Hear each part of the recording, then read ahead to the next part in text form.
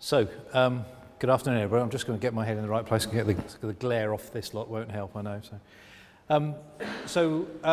We were talking about the needs for renewable energy, and particularly for wave and tidal. And I thought I'd give you a bit of an overview as to what's happening at the moment with wave and tidal energy. As Lorna says, I manage the European Marine Energy Centre, and we're the world leading centre for testing marine energy technologies. And by that I mean wave and tidal, although there is quite an amount of other renewables going on in the space. And it was interesting talking earlier, because we are also now moving into hydrogen production because we can't get the energy away, but I'll talk more about that in a minute. But the test centre itself was really set up to give people independent accreditation on how effective their machines are at turning seawater into electricity. That's the thing, that bit of alchemy about making electricity out of seawater. And so we're there to really help people test their machines, to demonstrate what they're trying to do, and also provide some verification which will stand up to investment decisions. So people at some stage are going to look down a catalogue and say, I need a wave machine, I need one that does this. Is there something that is dependable? Is there somebody I can trust who said that this machine was going to be reliable? And that's the position we're trying to carve out for ourselves, to be capable of verifying the performance of machines. I'm interested in the acoustics in this room. Can you hear me at the back okay? Is that all right at this pace? I don't know if there's any back echo.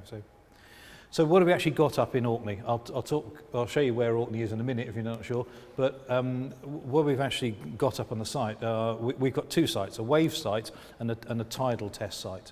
The wave site is at a place called Billia Crew, and our centre is just down there in the bottom of that valley. And you can't quite see it, but over on the left-hand side out that way is Canada, and the waves come uninterrupted across the entire North Atlantic and crash into that coast.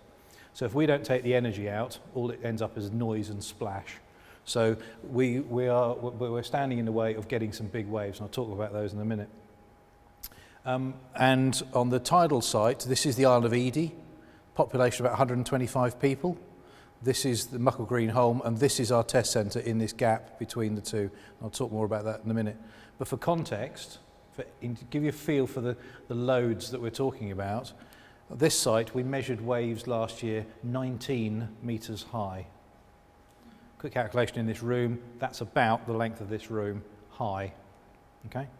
And on the site here we have 500 million tonnes of seawater an hour go through that site. Okay, so how much energy is in that?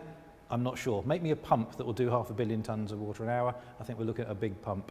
So the point is there's a lot of energy embedded in these resources. So what we've got on these centres is we've got cables that run out into the sea, and same sort of model at both of these sites. And developers come along and plug their machines onto the ends of the cables, our cables. The power is then conveyed back to our substation,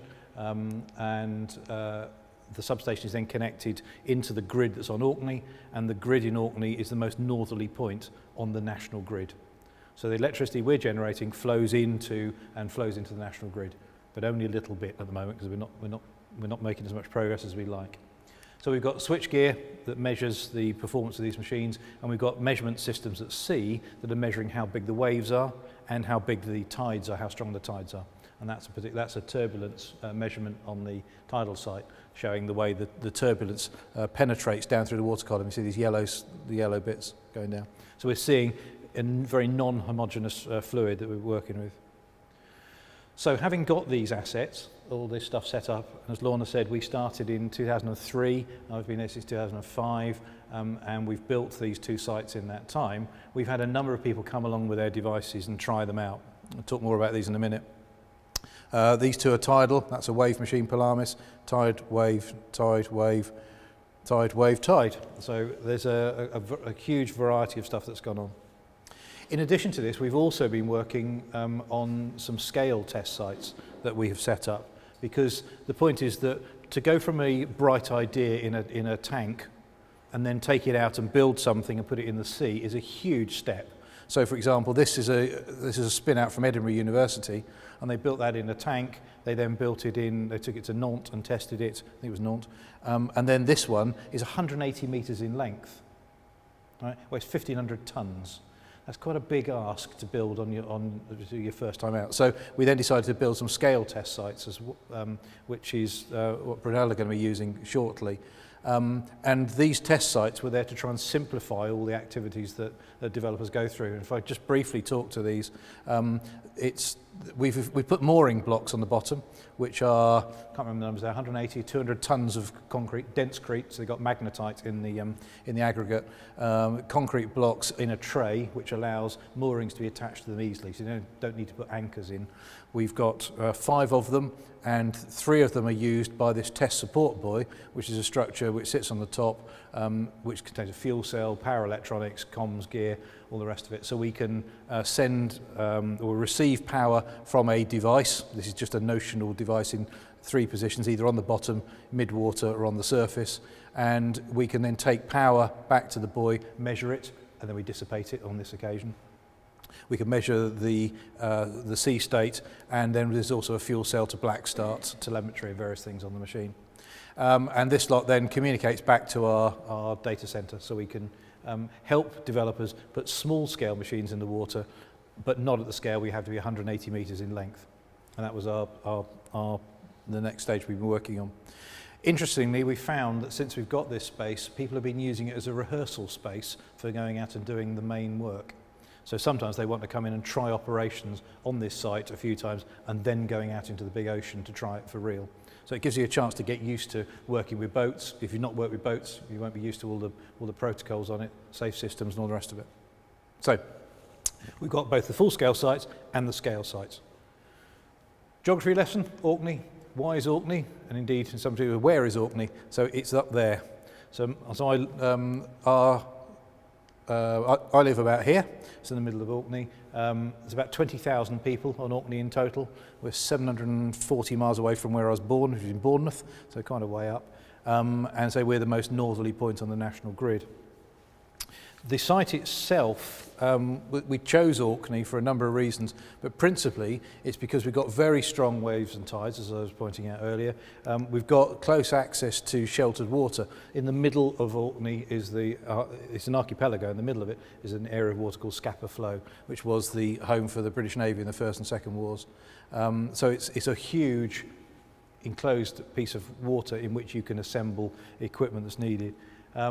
And so we're the most northerly point on the national grid, and because of our energy history with the likes of the Flotta oil terminal and onshore wind, we have got a lot of experience with people who are used to handling energy systems, a lot of environmental monitoring and a lot of marine expertise. So we've got all the bits we need to build the new industry. It's just trying to put them together in the right order. So what we did with the site as a whole, our full-scale wave site is there, our full-scale tidal site is off the Isle of Ely, our 2 scale sites for wave and tide are in more sheltered waters, and then there are other bits, our offices, Heriot-Watt University are up there, and we've also got some industrial units built to help developers house stuff and make things work. So over time, there's been quite a growth that's gone on, and each one of these lines horizontally is a technology, each line vertically is a year. So it's just to sort of show the growth that's gone on. And the other interesting thing is the flag in the corners of these, showing the sort of the international nature of the work that's gone on so far. Different people trying different types of machines. And sometimes there are multiple iterations of the machine. So this was the first Polaris and then the second Polaris machines. Aquamarine had the Oyster 1 and then the Oyster 800. TGL had got a 500 kilowatt and then a 1 megawatt machine. So there's been some growth of machines even within the technology line. And in the coming year, we've got, Scott Renewables are coming with their 2 megawatt machine, which is in build in Harland and Wolf at the moment. SME have got Plato, which has been on test near the Isle of Wight, and that's on its way up shortly. They're starting drilling some rock anchors into the seabed next week. And Cormat, which is a spin out from Strathclyde, are due to be coming to us this year, although they might end up running a bit late, we'll see. So the point is there's been a lot of effort, and as I was saying earlier, big machines, often millions of pounds invested in them, and often let down by tiny little fittings that are valued at pence and pounds. So there's a shed load to learn here, and I'll talk more about that in a second. Numerically, what's happened? 16 developers, 25 variations, 9 different countries. So it's an international activity that's been going on here, and that has allowed an awful lot of activity to take place. We were set up very much to be there for the economic benefit of the community, to make an industry happen, to bring something about, to generate wealth through activity. And this lot has happened, and in addition to that, the council has then put money into building up the port infrastructure, and that has allowed a supply chain to build up. So we've now got a lot of people who know a lot of stuff about this gear. And what we're trying to do is to find ways to learn more, because it's often these small scale things. You can change this, why don't you do that? Could we try this? Will that work?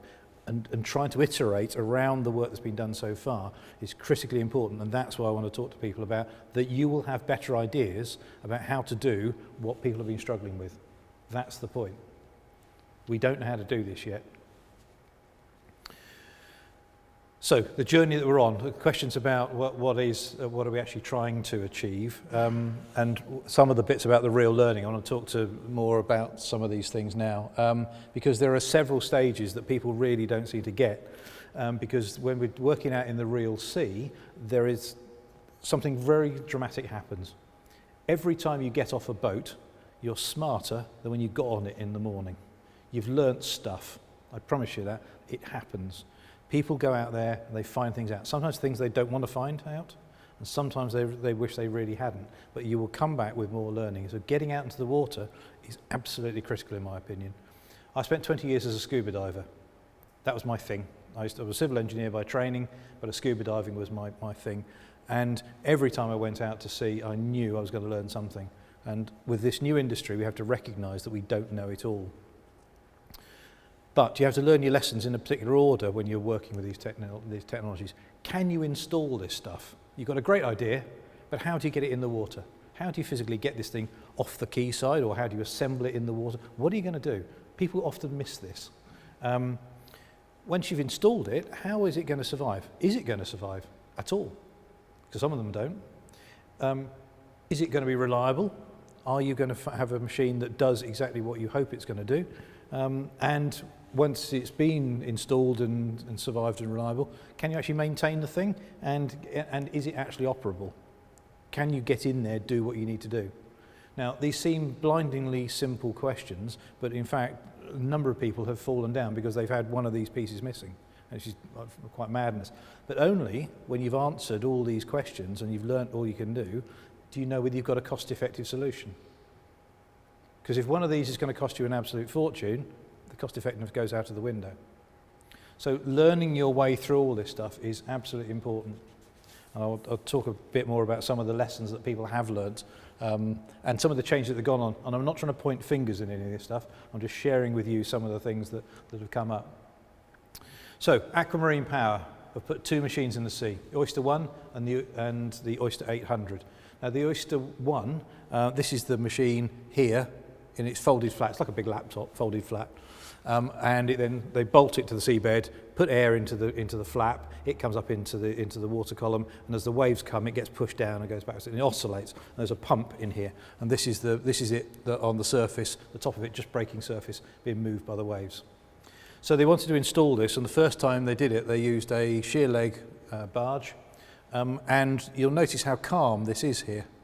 And the reason for that is you can't operate a crane barge in a big sea, because it'll be all over the bloody place. You can't it'll be unsafe. So they had to wait for a period when there were no waves. Now, bearing in mind you're trying to install a technology that harvests waves, there's a fundamental disconnect there. So this thing sat in the port for about a month, waiting for calm enough conditions to go out and do this operation. In the meantime, it's cost them £5,000, £10,000 a day while they're sitting there eating bacon sandwiches. So this was a problem. So they then had to come up with a better solution, and as a result of various discussions, they then changed it for the Oyster 800. So instead of carrying this thing out, hanging from a crane and lowering it into the water, they made the thing buoyant, floated it out behind a local tug, which they just hired on the day, dragged it out, and parked the thing in the sea. This thing had got 4 legs standing on the seabed. This has got 2. This top one had got 3 pipelines going out to it to bring the fluid back. This has got 2 pipelines, but was designed to work 3 machines. There's 2/3 of a pipeline each, as opposed to 3 pipelines. It's that sort of iteration that you learn. This was a great idea, but this was a better one. And that came up because they did the first one. That's the sort of thing that happens with innovation. Open hydro. This is a test rig, so the black and the yellow piece is the test rig, and they lower the white bit down into the water. You can see the wake of the water going past this thing. It runs at up to 8 knots. That's 500 times faster than a diver can swim. That's the loads we're in. 500 times more stronger force than a diver can put up with. So this device, it took them 3 months to get this installed, to get this in, and then they lower this down into the water for doing testing. But they realise they can't go and install this stuff everywhere they want to go and take 3 months each time. So the next time they built a new vessel called the Open Hydro Installer, which is basically a catamaran, and under which they then slung this load, and you can just see it sticking up out of the top. And they then took that out on the side, lowered it into the seabed. So that took them 3 months to put in. That took them 30 minutes. So, learnt how to do it, and this is the technique that they're now working on. They've installed one in Canada. They're now working on installing them in Brittany at the moment, and some other stuff, other things going on. They've also gone from this, which is 6 meters in diameter. One in Canada with them was 10 meters in diameter, and the new one the new ones they're building are 16 meters in diameter, and they're lowering in using this new technique they developed. TGL Alstom. So TGL, Tidal Generation Limited, company that was backed by Rolls-Royce and then sold to Alstom. They had their particular system is a buoyant turbine. So this turbine is being towed out behind this little tug. I forgot another photograph. No, so this is being towed out behind this small tug, and when they get it out on site, they then attach a tether to the platform, and they drag it underwater, and it clips on underwater. When they want to release it, they can just decouple it, and it floats to the surface. So their crane idea, they use a crane, which is a floating crane by the quayside, or it could be a crane on the quayside, to put this thing in and out of the water. So they don't use a big crane out on site. Now that's useful because some of the other turbines that people have got weigh a couple of 100 tons and are negatively buoyant, which therefore means you have to go out on site and pick up 200 tons and lean it out the side of the boat without capsizing the boat. And a 200-ton lift over the side is actually a pretty difficult thing to do. So these guys have gone for a technique which involves using craneage on the shore and making the machine buoyant. Now we're not used to buoyancy. We don't generally think in the terms of buoyancy. We tend to put things down and they stay where you leave them. If you're underwater, you've got 3 choices. It can stay where it is, it can be neutrally buoyant and it'll stay in the mid-water column, or you can let go of it and it goes to the surface all the time. So thinking about the different forces that are in use actually allows you to come up with very different solutions. And this, personally, I predict this is a technique that you're going to see in a lot of tidal turbines in due course, buoyant nacelles. And then Scott Renewables is another one which I think is quite interesting. This is their machine, and you can just see through the water a yellow piece here. This is a tidal turbine which has got a pair of arms which lock out when you go on site, and then there are rotors on the end of it.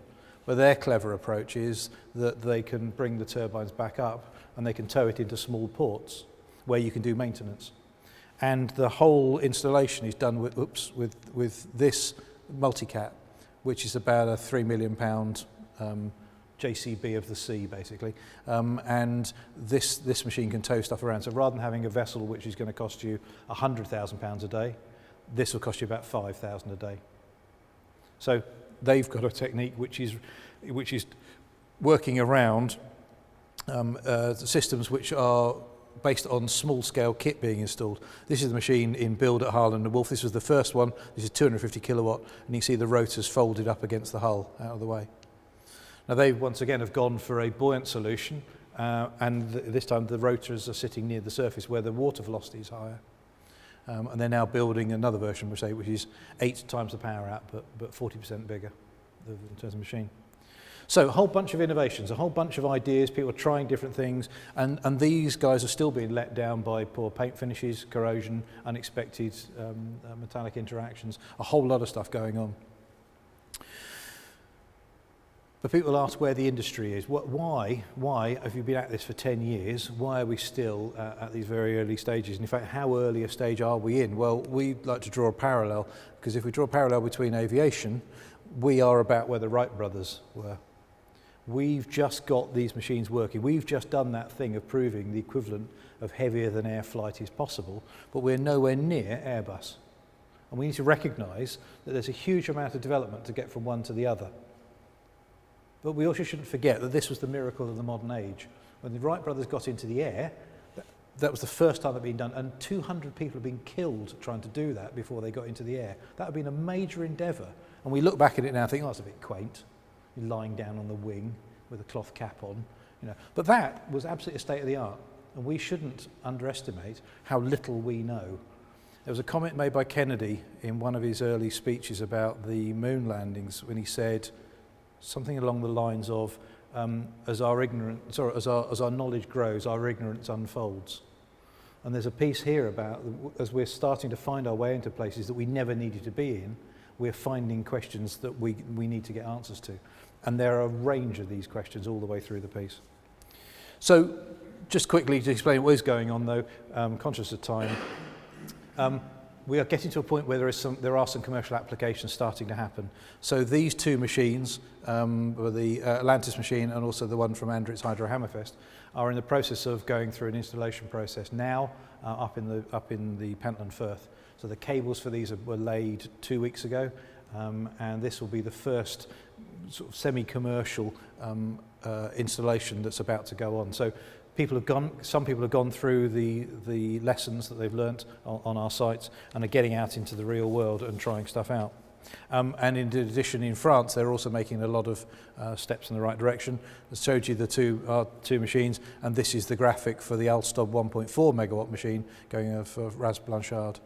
And that's going to be part of a much bigger commercial scheme that's happening. So we're going off in a commercial direction. We're trying different techniques out, but there's still a huge amount of space for learning a lot of lessons around some of the smaller stuff that we hadn't necessarily expected we were going to have to do. And so we're really proud of the fact that we've been involved in a whole lot of different projects over the years, ranging from an integrated monitoring pod, which is a bit more about that in a minute, which is this box in the top which contains sonars and various things. We've been working on a component analysis, so which bits fail and why. We're looking at what happens to wildlife when things like Polaris just out there in front, when it's there, does that cause changes to wildlife behaviours in the area? We don't know.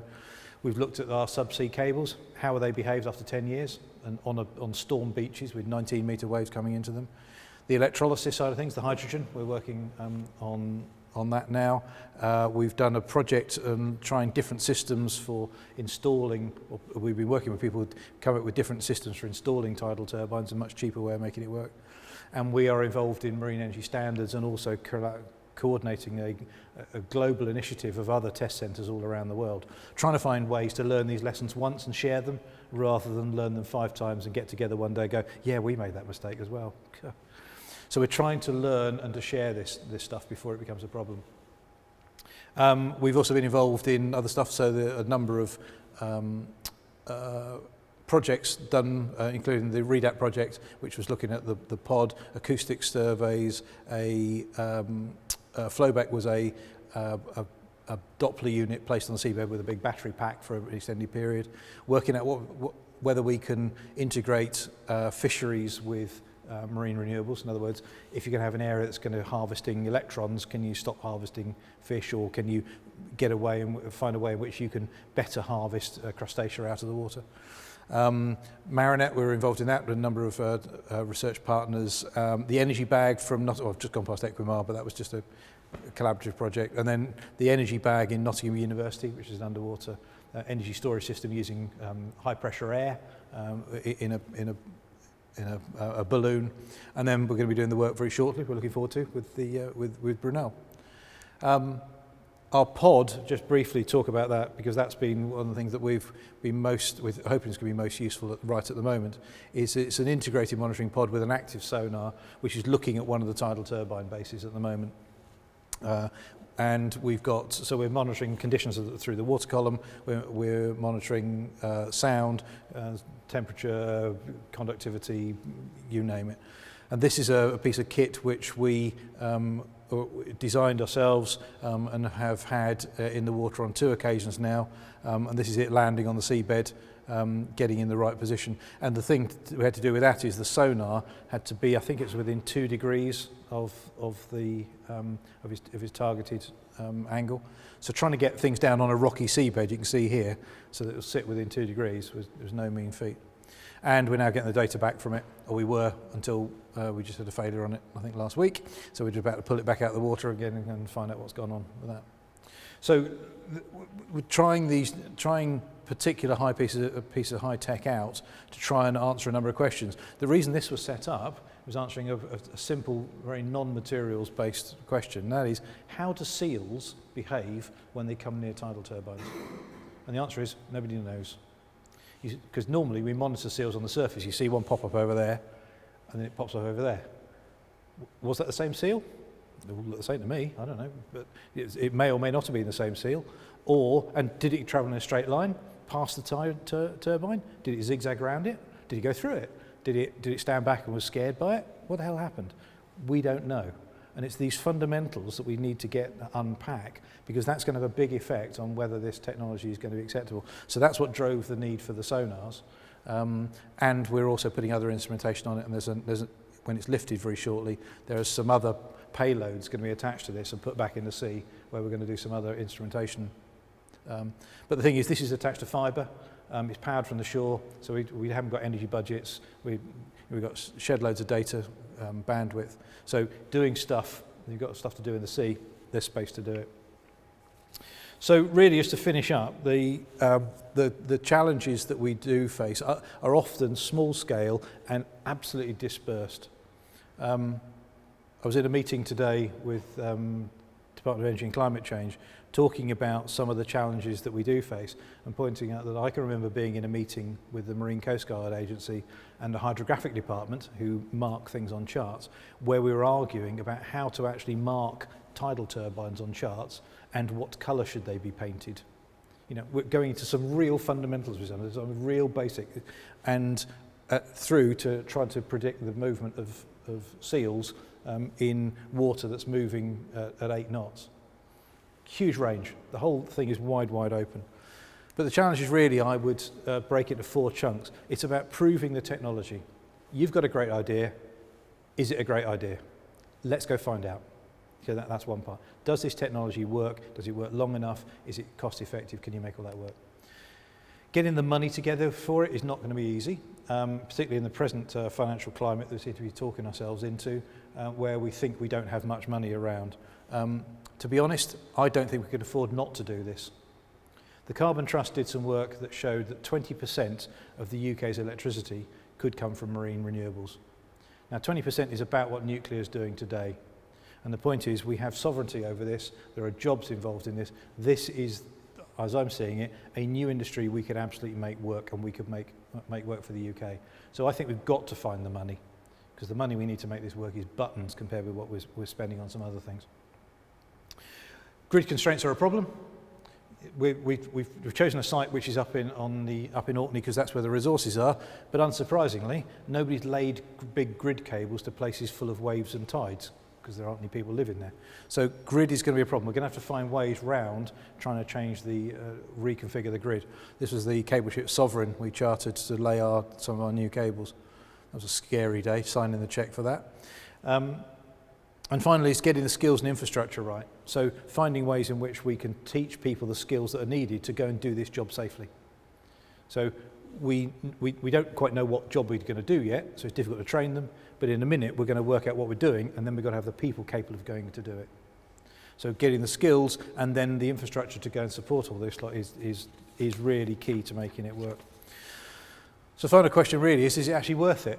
You know, why are we bothering with this? Is it actually worth it? Well, I think you've only got to really ask the 350 people whose jobs are on the line trying to make this technology work at the moment. And there could be thousands of jobs in marine renewables if we make this work. It really, it could be very important, particularly in coastal areas, and particularly these often peripheral areas, not just for the jobs, but also for the supply chain, the skills that are going to be built up to make this work. People are investing in boats, making stuff happen, and indeed in getting the infrastructure, because once you've got infrastructure, you can do other things with it. The big piece that I take away from all this lot is that if the UK does want to build a new world-leading industry, you have to lead. Now, we are at the moment. There's more going on our sites than any other single site anywhere in the world, and frequently there's as much going on our sites as the rest of the world put together. The UK's absolutely got a lead here, And so what I'm determined to do, and I want to try and spark interest in you guys, is to find ways to make this really happen. This really can be our Apollo program. This can be the moment that we step away from a carbon age and get into a renewables age. Don't forget, the Stone Age didn't end because we ran out of stone. It ended because we found a better technology. We are finding a better technology than just burning carbon. That's all I'll tell you tonight. Happy to take any questions. Thank you. Yeah, my question was asking how they determine exactly suitability of a site for them to deploy. You know, they deploy technologies of installed capacity from what I understand 1 megawatt. Yeah. So they need to be sure that the site has a minimum for tidal technologies. The site has minimum speed of the water, and also if it's a wave technology, the height of and how, what is exactly the figure? Yeah, well, interesting questions, and I think if I give you I will give you an answer now, and the answer I'll give you now will be different to the answer I would have given you 5 years ago, and I think it'll be different to the answer I will give you in another 5 years. The reason is that when we started off, the wave site was chosen because there were big waves, and also it got a quite steeply shelving seabed, so that we could get to deep water, quite close to the shore, so the cables to go out to the machines were going to be quite short. And also it had to have a beach we could get the cables up, so we needed a means to get them out of the water. And it needed to be an area where we could do maintenance, so we needed to be able to get the machines back somewhere safe, work on them and take them back out to sea if we had to. Now since then, some techniques have been developed, say directional drilling,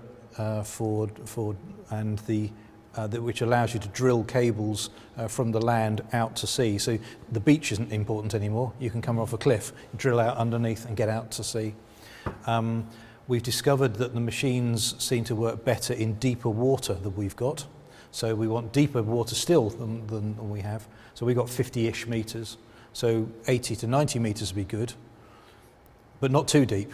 Because if you then go somewhere like Hawaii, where you go maybe a few hundred meters offshore, it's several thousand meters deep. That's a lot of cable, and it becomes very difficult to do that. So there's a real Goldilocks spot here. It's not too deep, not too shallow. The waves are big enough, but not too big.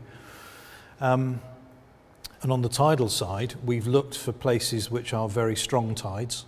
But I do wonder whether we're looking in places where the tides are too strong, because that does make things very, very, very hard to work in.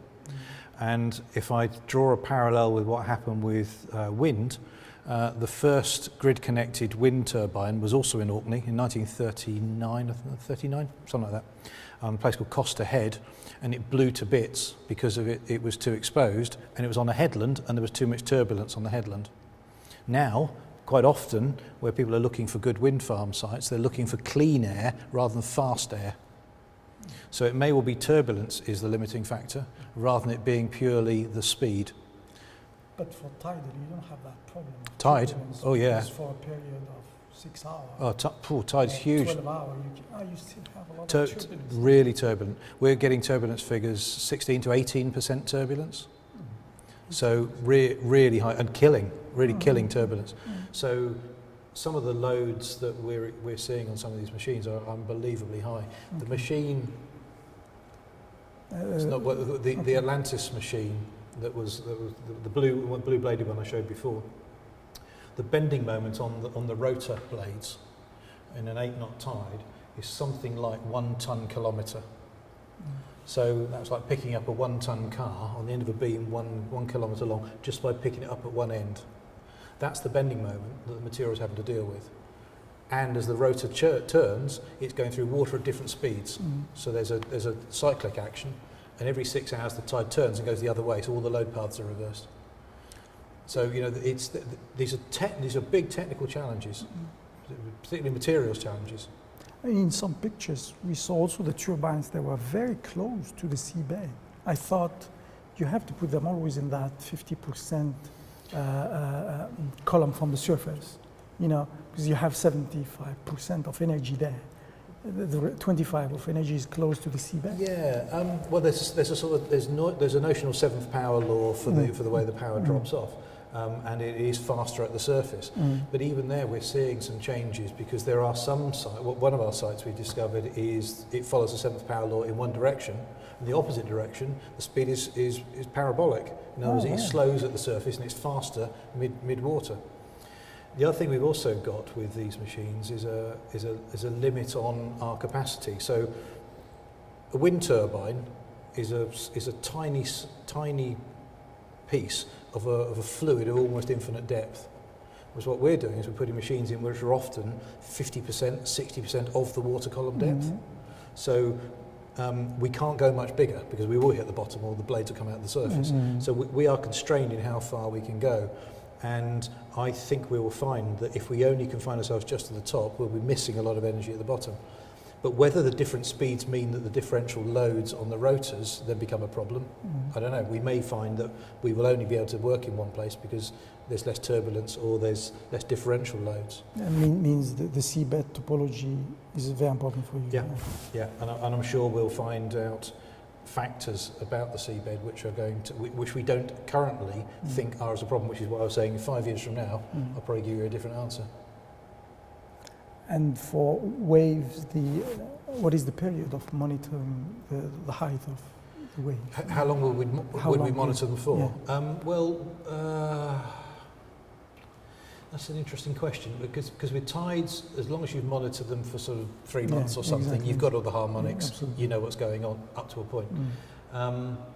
Waves, it's so dependent upon what weather you get come through, really. So I think about 6 to 9 months was we started off, and then we did some hindcasts as to what the waves would have been.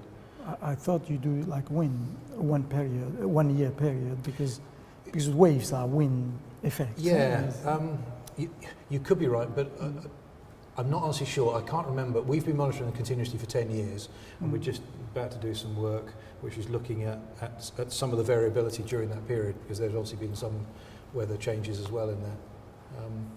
Quite often it's the pre-work will be driven by some wildlife studies, so knowing what bird movements are, seals, cetaceans, things like that, and they may be multi-season as well, so they may be longer than the wave monitoring. You mentioned also one of the site has 19-meter height. It's quite very high. Yeah, 19-meter high waves. Usually it's like around 12 meter, exceptional. I can't remember what our average figures are now. I think our mean wave height's about 2.5 meters normally. But you do get damn great storms. It's scary. We've just around the top of our site, our substation is built into a bay, and it's like a bunker in the cliff. And at the top, there's fencing to stop people falling down the hole, and the fencing has got fine mesh on it, and that catches the stones that blow off the beach. Is that the winds that are there are that strong? It's stones. If it's a bad day, you just simply don't go down there because it's dangerous. You get hit by rocks.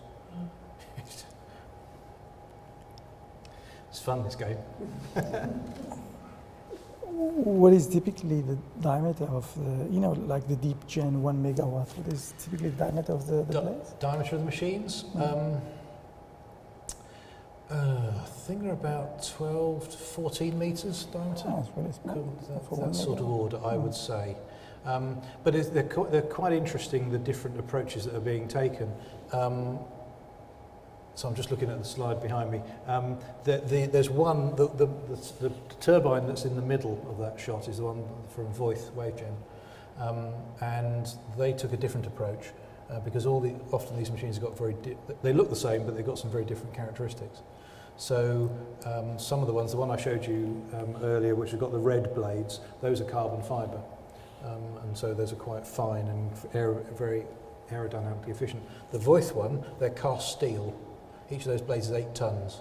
So they've got 24 tons on that rotor plane that's spinning. And that was their approach to deal with the turbulent side of things, to get a uniformity in the drivetrain by having considerable spinning mass. So there are quite significant differences in all these machines. How about the Pilamis? Are you still... The Pilamis machine, the wave engine. Yeah, the wave engine. Yeah, there are 2 of them still up in Orkney at the moment. For those of you who don't know, the company went into administration just before Christmas last year, which is a great shame. And the company's been the IP from it's been bought by an organisation called Wave Energy Scotland, which was set up by the Scottish Government to make sure that we didn't lose the knowledge that had been created. None of the people from it are employed by Wave Energy Scotland, but the IP has been bought, and they've been doing work on mining the data that they have. But Polaris operated for the company was up for 10, 12 years, and built 6 machines in total. And there's a lot of the learning from that is going to get recycled into other things. So they've had a lot of very detailed learning and some really clever ideas that come out of that. Mm-hmm. And what is typically the efficiency of this? The overall. I don't know, to be perfectly honest. And if I did know, I probably couldn't tell you because it's very confidential. But from the basic physics point of view, we're likely to see machines which are going to do 20 to 30% of their rated capacity. Is that sort of order, I would have thought. It's not going to be radically different to wind. It's typically the same. Yeah, so that's what I would expect, something of that sort of order. But the question then is, how do you rate the rated capacity? You say that's an 800 kilowatt machine. Is it? I don't know. Why did you say 800, not 750?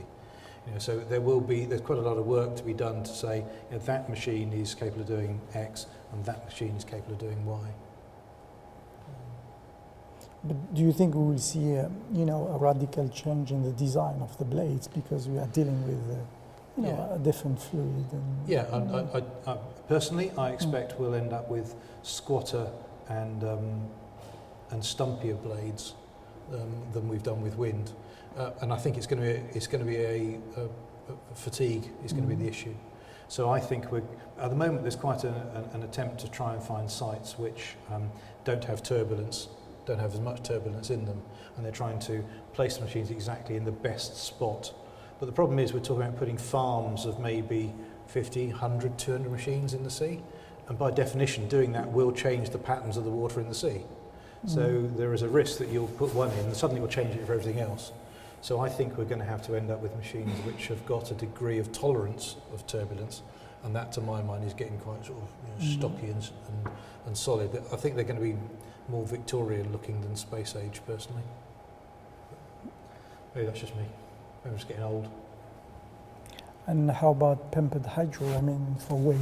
Pumped hydro, yes. Well, that's an interesting way. I mean, the aquamarine machines, the ones that with the flap, and also the Seatricity ones, which are an independent float, they both pump water onto shore and then put the water through a Pelton wheel. The Pelton turbine. Yeah. Now they had different techniques. So aquamarine was a closed circuit with fresh water.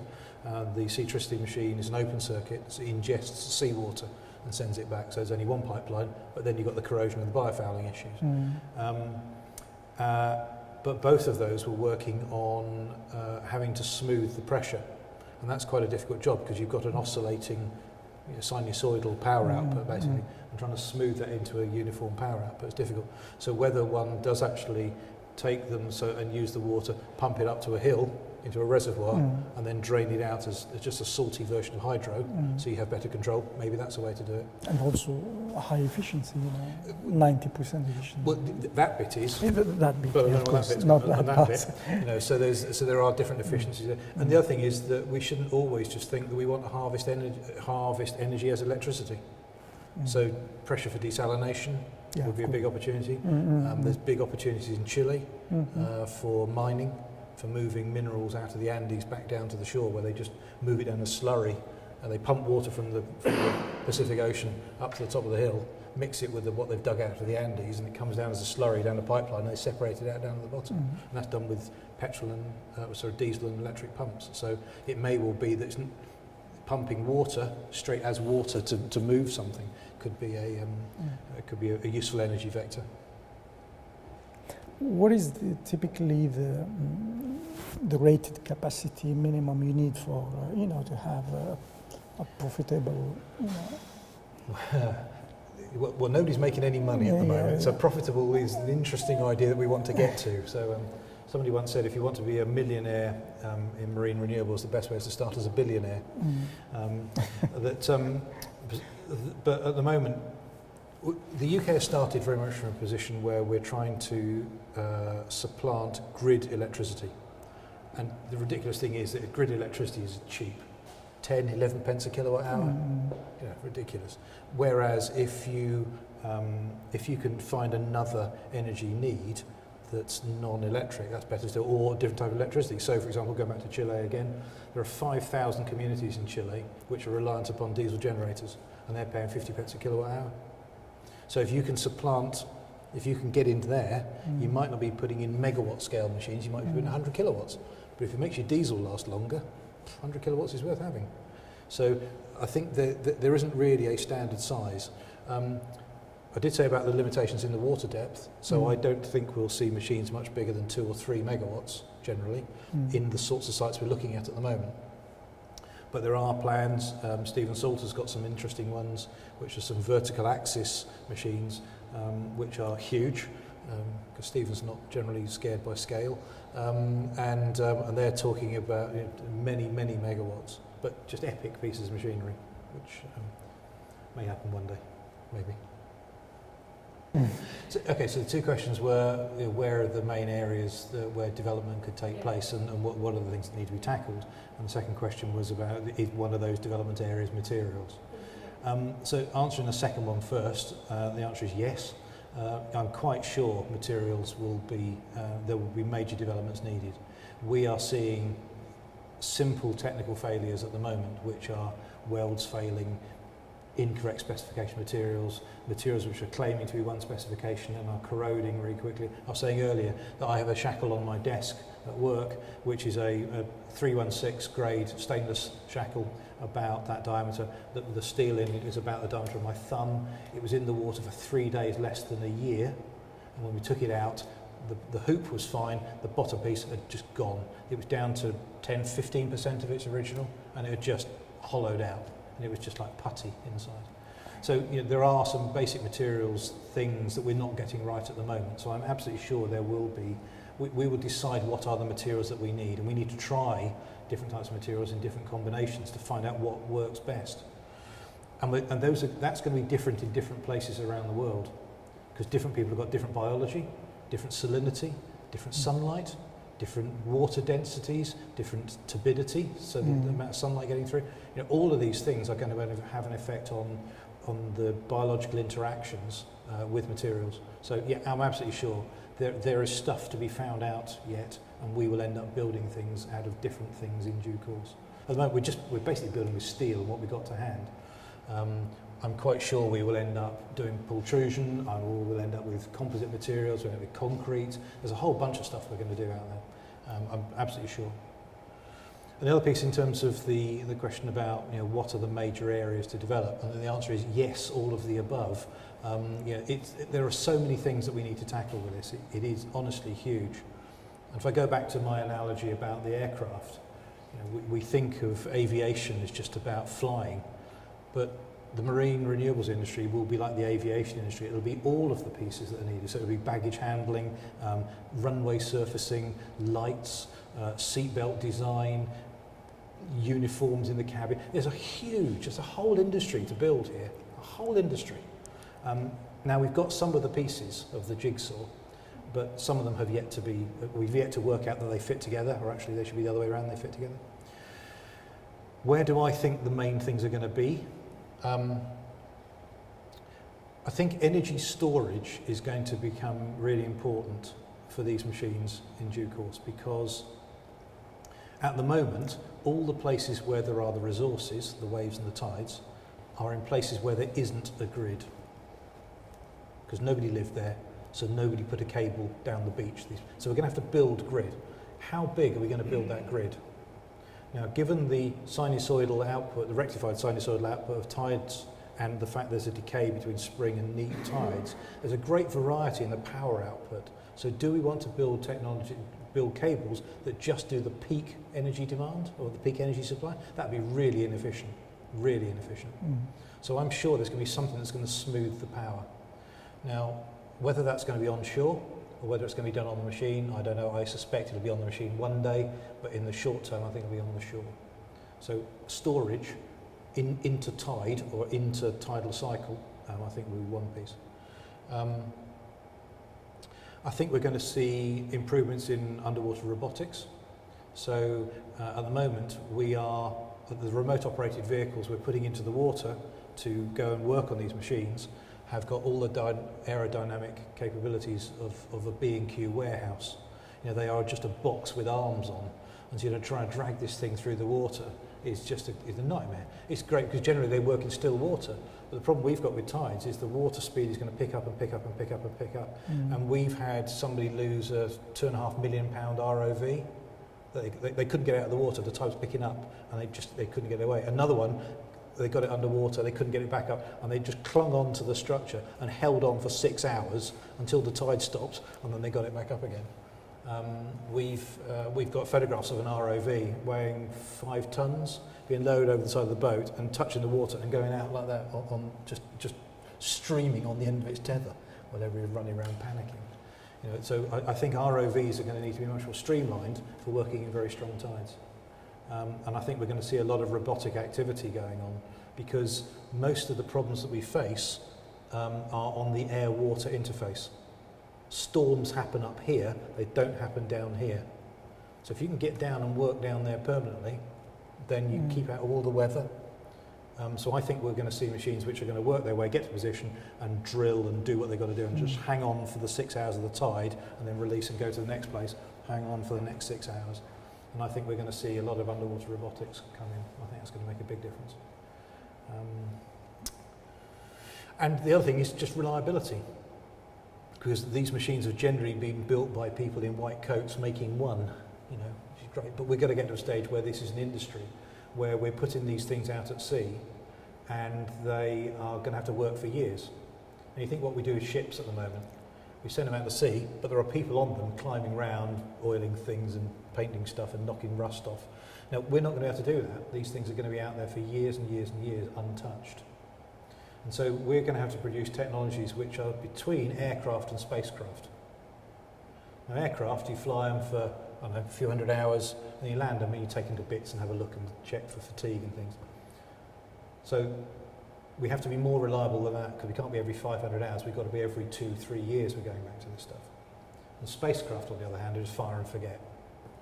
You know, and to try and get a system which is going to work in that space is really difficult. People say this isn't rocket science. We say, no, it's not rocket science because rockets are easy. Because rockets you just fire into a vacuum. We're putting things in biologically active electrolyte full of grit. You know, it's a really, really hard environment to see. It hates us. It will eat us. You know, if you turn your back on it, it'll drown you. It's a really hard place. People don't appreciate how hard it is. And so we're going to have to get really good at this and make really reliable equipment. So reliability is going to be a big thing. So I'd say storage, robotics, and reliability. They're the three. Currently, if I may ask, with the existing bit of kit, clearly it's fairly large scale. Yep. I use the word fairly reservedly. Large scale engineering. Where's most of the kit come from at the moment? I mean, unlikely to be a single source, but yeah. Okay. Interesting. Where does it come Okay. So where's the kit come from?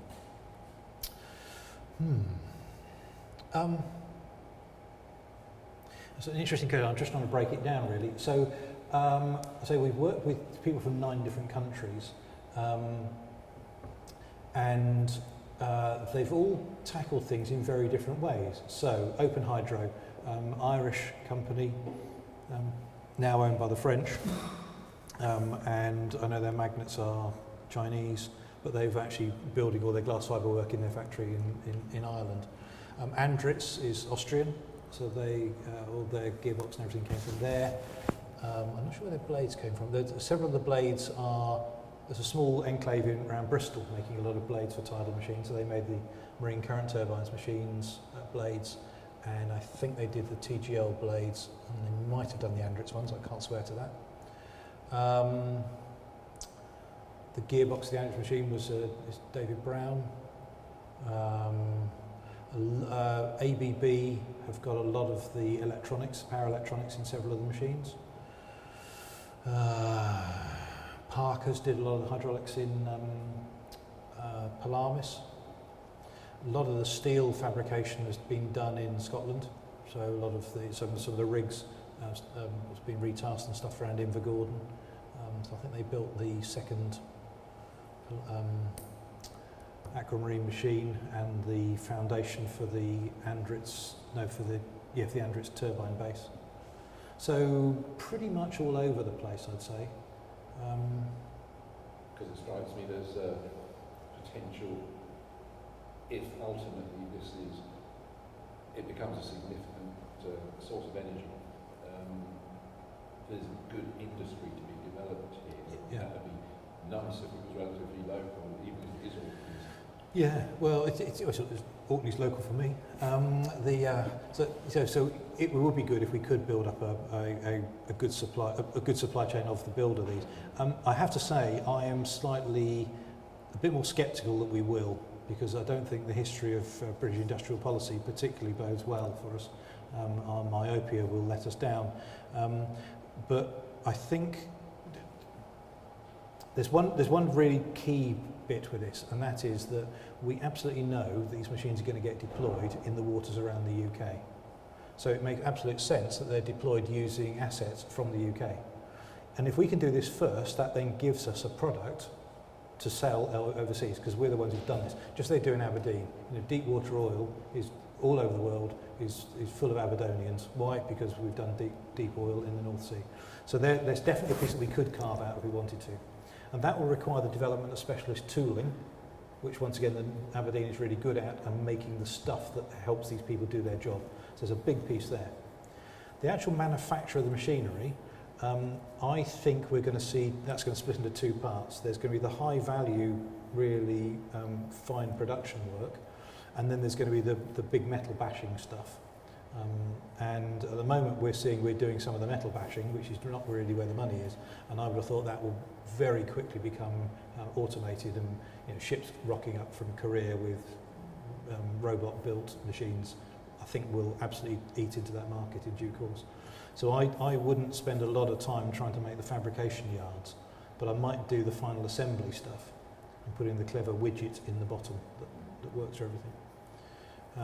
And particularly the skills of the people putting this stuff out at sea, because if it may be made in Korea, they sure as hell aren't going to take it back to Korea to go and change a fuse. So that's going to have to be done here. So there's a maintenance and an O&M task to be done on this stuff, which I think is the piece that we should really go for. Can I assume the majority of your funding, correct me if I'm wrong, is European sourced, I think, from various grants? Did our funding all come from Europe? Well, mainly come from Europe? No, it didn't actually. We set up the first piece of EMEC. We've had about £36 million in total over the 12 years. There's about 7 million at the start, about 9 for the next bit, another 8 later on, and then change during the course of it. The first piece was done entirely with UK money, the first sort of 7 or 8 million. The second bit, which was the tidal site, that did attract European money in, and then subsequently we've had some European contributions to various bits. But also the projects, the developers themselves who've come along, generally speaking, have been frequently British funded in many ways. So there has been some European money in some pieces, but it's been pretty much a UK initiative to a large extent. So that would be some offshoot or directly from TSB? Yes, TSB have often been involved. The Technology Strategy Board, as was Innovate UK, have often been involved in funding some parts of the developers' programmes. I think they've given us a little bit of funding partway along the line, and we're getting some work out at the moment from the Catapult, the offshore renewable energy Catapult, which is Innovate UK funded. But the bulk of the rest of the money was from Scottish Government, some money from Department of Energy and Climate Change, and some money from Orkney Islands Council, Scottish Development International, Highlands and Islands Enterprise. So it's been a regional development agency initiative more than it's been a central government major project like Culham or one of those major R&D sites. But are you getting any profit back from feeding into the grid? Well, we don't ourselves. What happens is the electricity. The question was, do we get any profit back from the grid? The electricity that we generate, or the developers generate, we claim the renewable obligation certificates for some people, or they can do it themselves. But we pass all the money through to the developers. So we don't take any profit out of that value stream. What we do is we charge developers to come and use our facilities, and they pay a rental for the berth. We get no government money anymore. We haven't done since 2011. We are self-financing at the moment, which is why I've just made 7 people redundant. But we do get money for certain additional growth activities, like the hydrogen plant we're just putting in at the moment is grant funded. So, but no, we don't get any central support at all, which is peculiar because we give £100 million a year to the Great Hadron Collider. But someone with a bright idea and inclination to make to exploit that in research and want to partner, let's say through Innovate UK or through Horizon 2020, that could be a source of funding. Yeah, I mean, chasing these grants is getting money from Innovate UK and others is a way in, and the Scottish Government has put some money up for various things, and there are things like the Smart Awards and a variety of other things. But the most interesting development I think I've seen of late has been that of Wave Energy Scotland, which is this initiative that was put into place when Palamis went to the wall. And they are procuring services for the first time. They're doing it the same way the US does. So they're saying, we want to have a competition for a novel power takeoff, and we will 100% fund projects that deliver that. But we will own the IP. If your invention, you get the money from us, we will fund it. We will own the IP, but you have to make sure that you exploit it. If you don't exploit it, I will. And so that's a way to actually commission people to do things. And I think it's a very clever idea, because it means you can put 100% funding on the table rather than muck around with match funding, and then people would have all kinds of problems with that. It's properly funding it. Frankly, we're in a war here with the climate. We've just passed 398 parts per million with CO2 concentrations. That's the highest that's ever been since man has been on the planet. 450 is regarded as the safe limit at 2-degree climate change rise. Last time we had a 2-degree climate change, according to Oregon University, we had a 6-metre rise in sea level. Now, I don't know about you, but 6-metre sea level rise is pretty bloody catastrophic. Yes. And we ought to be taking this damn seriously. Messing around with half funding and things like that is ludicrously dangerous in the situation we're facing. So I think the Wave Energy Scotland approach of being very active and saying we want this to happen, I think is exactly the right way to do it. And I hope I know the states are listening, and I hope other governments listen as well, because we've got to take this seriously. This is too big to throw away. That was a bit deep, wasn't it? Sorry about that. Is there much or a great deal or very little separation between the Scottish Parliament funded stuff, but isn't there a connection between the English Parliament, say, and Scottish? Isn't there a recognition shared by both? Yeah. So what's the relationship like between Scotland and the English Parliament around marine energy? To potential method of using it? Well, it's interesting. We were brought into existence for the economic benefits. Scotland drove with this and said we want this to happen because it's one of the 2 areas that gets a real hammering with waves and tides. The other area that gets a good pasting is the southwest. And the Southwest Regional Development Agency was very successful as well in creating an entity called Wave Hub, which is a sort of sister organisation to us, which is at the moment it's just working on wave, but will probably do tide as well. And that's more of an English initiative rather than ours, which we call, let's say, a Scottish initiative. And I know Wales has got some considerable money set aside as well for doing a variety of things. They're looking at tidal range in the Swansea barrage. So there are a number of places that are trying things. There is always a bit of needle between the 2 administrations as to who can do what, and I've seen that tension used very usefully to get more money into this research area, so that's been quite good. To be brutally honest, I think Scotland gets marine energy better than Westminster does. And that's probably only because more people are exposed to the weather there and have been on the sea, in storms, have done it. Whereas many people who are in Westminster won't have had that same exposure. And if you haven't had the exposure, why can you understand? So it's not a criticism, it's just an observation of the degree of empathy which already exists. And so I'm seeing Scotland really make some very strong moves, and I think they should be commended for it. And I just hope that we are going to hold our line, because at the moment we're in a bit of a poker game with this, and the stakes are going up all the time. And we could step out at any point. But if we do that, we throw away an industry in which we have a world lead, which I would regard as criminal. Well, perhaps Westminster's wake-up call will be when the lights occasionally go out. Well, I'm old enough, and you're old enough, to remember when the lights did go out on a regular basis. I remember doing my O-levels when there were power cuts in the UK, and I vividly remember it. You know, rationing, 3 days a week we had electricity in the evenings. You know, and I'm sure that sensitised me to energy in a way that I'm finding useful now. So I wouldn't be advocating power. Well, I am advocating power cuts, really. I suppose I am. It would be good if people woke up and realised what they've got. And if anything, if I could urge you to do one thing as a result of this, if you haven't seen the Bang Goes the Theory BBC programme, which looked at power, when they got a family to live their normal day in a show home, when they were monitored by cameras and things were going on. And at the end of it, they took them round to the back of the house to show them how their day was being powered. And there were 60 people on exercise bicycles, flogging their bits off, running little generators to make enough power to run these people's homes. And you know, and the house had got cameras in it, and the people had, well, the bicycles had got a big screen. They could see what was happening. And oh no, she's going for the toaster! Quick, another 10 people. These people thrashing, and this was a cycle club, and they killed themselves in a day. That was 60 people. And the point is, that's just to run 4 people's average Sunday. That's not including the energy to make the house, or make the car, or power the car, or grow the food, or anything like that. That was just to support 4 people having a pretty slobby Sunday in a house.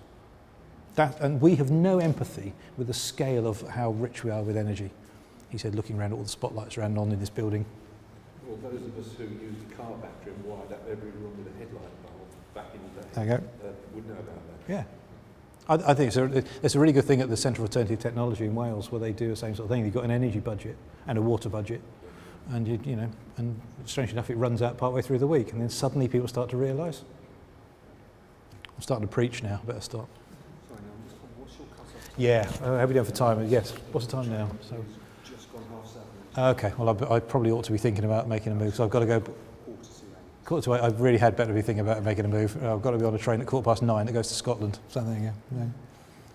But I've still got 100 questions. We know where I am now. So there you go. I have only one last question, and then we go. One was wondering how much of the ship manufacturing was involved in production of the bits for the women. At the moment, I would say not very much. That's an interesting. Yeah, not very much yet. So, but I think there will be bits, and it's been more oil industry fabrication rather than shipbuilding. But I think it will. I think it will come. We'll see the big Hyundais and the big boys in this world coming into this in due course. Yeah, because I believe there is going to be quite a lot more from them. Yeah, it's a variation on a theme. Yeah, could be. Thank you very Okay, much. that's all. Thank you. Thanks very much indeed. Thank you.